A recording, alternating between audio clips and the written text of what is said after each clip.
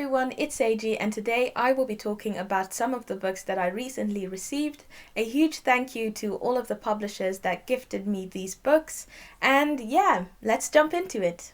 The first book is Love After Love by Ingrid Persuade, and this book was sent to me by Faber and Faber. It's a book about the Ramdin Chetan family, forged through loneliness, broken by secrets, and saved by love. Betty Ramdin and her shy son Solo, together with their marvelous lodger Mr. Chetan, form an unconventional household happy in their differences. Happy, that is, until a night when a glass of rum, a heart-to-heart, and a terrible truth explodes the family unit, driving them apart. Love After Love comes out on the 2nd of April. Then I have Days of Distraction by Alexandra Chang. This book is about an Asian writer who's working at a prestigious tech publication. She reports on the achievements of the smug Silicon Valley billionaires and startup bros, while her own request for a raise gets bumped from manager to manager. And when her long-term boyfriend decides to move to a quiet upstate New York town for grad school, she sees an excuse to cut and run.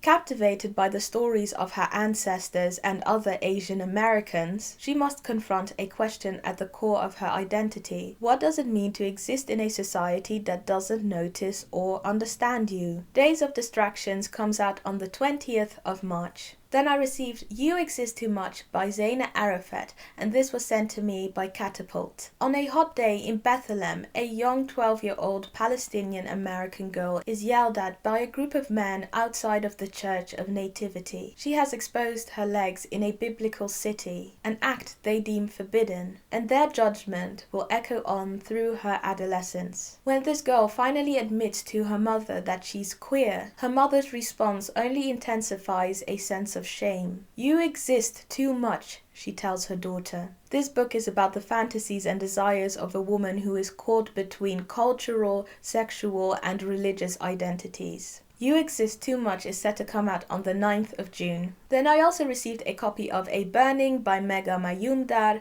and this was sent to me by Knopf. This book is about 3 characters who seek to rise to the middle class, to political power, and to fame in the movies. Jivan is a Muslim girl in the slums determined to move up in life. She, however, is accused of executing a terrorist attack on a train because of a careless comment on Facebook. P.T. Sir is an opportunistic gym teacher who hitches his aspirations to a right-wing political party and finds that his own ascent becomes linked to Jivan's fall. Lovely has the alibi that can set Jivan free, but it will cost her everything she holds dear. A Burning is set to come out on the 2nd of June. Then I also got Catherine House by Elizabeth Thomas, and this was sent to me by Custom House. Catherine House is a school of higher learning like no other, hidden deep in the woods of rural Pennsylvania. This crucible of reformist liberal arts study, with its experimental curriculum, wildly selective admissions policy, and formidable endowment, has produced some of the best minds in the world. Prize-winning authors, artists, inventors, Supreme Court justices, even presidents. For those lucky few who are selected,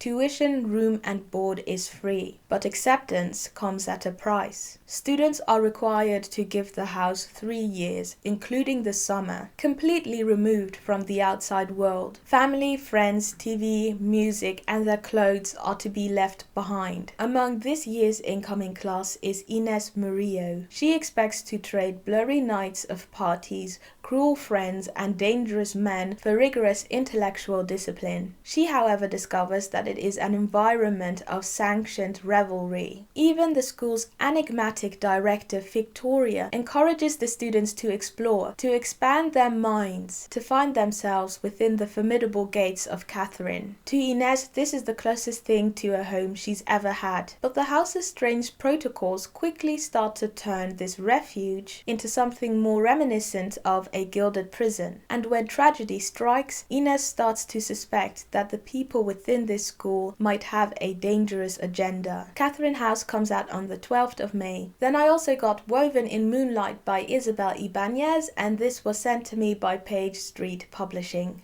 Ximena is the decoy condesa, a stand-in for the last remaining Illustrian royal. Her people lost everything when the usurper Atok used an ancient relic to summon ghosts and drive the Illustrians out of La Ciudad. Now Ximena's motivated by her insatiable thirst for revenge, as well as her rare ability to spin thread from Moonlight. When Atok demands the real Condesa's hand in marriage, it's Ximena's duty to go in her stead. She relishes the chance as Illustrian spies have reported that Atok is no longer carrying the deadly relic. If Ximena can find it, she can return the true aristocrata to their rightful place, and so she hunts for the relic using her weaving ability. But when a masked vigilante, a warm-hearted princess, and a thoughtful healer challenge Ximena, her mission becomes more complicated. There could be a way to overthrow the usurper without starting a war, but that would mean that Ximena would have to turn her back on her revenge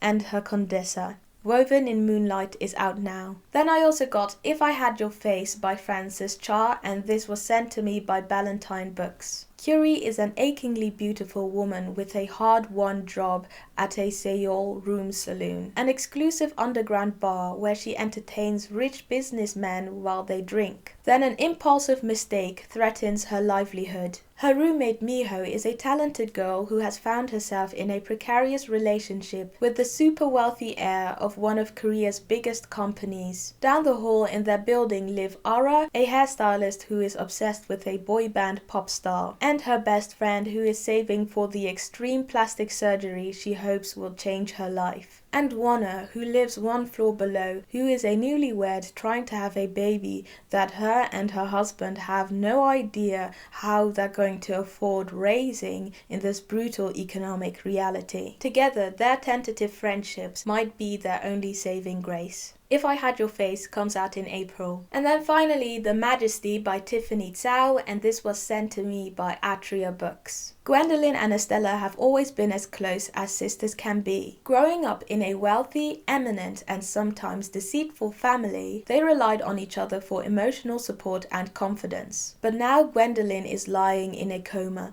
the sole survivor of Estelle's poisoning of their entire clan. Gwendolyn desperately retraces her memories. She tries to uncover the moment that led to this shocking and brutal act. Was it the unsolved death of her aunt at sea? Estelle's unhappy marriage to a dangerously brutish man? Or were the shifting loyalties and unspoken resentments at the heart of their opulent world just too much for her to bear? Can Gwendolyn finally confront the carefully buried mysteries in their family's past and the truth about who she and her sister really are? The Majesties is out now. Well, those were all of the books that I wanted to talk about today. Thank you very much for watching. If you like this video, give it a thumbs up, subscribe if you haven't already, and I will see you in the next video.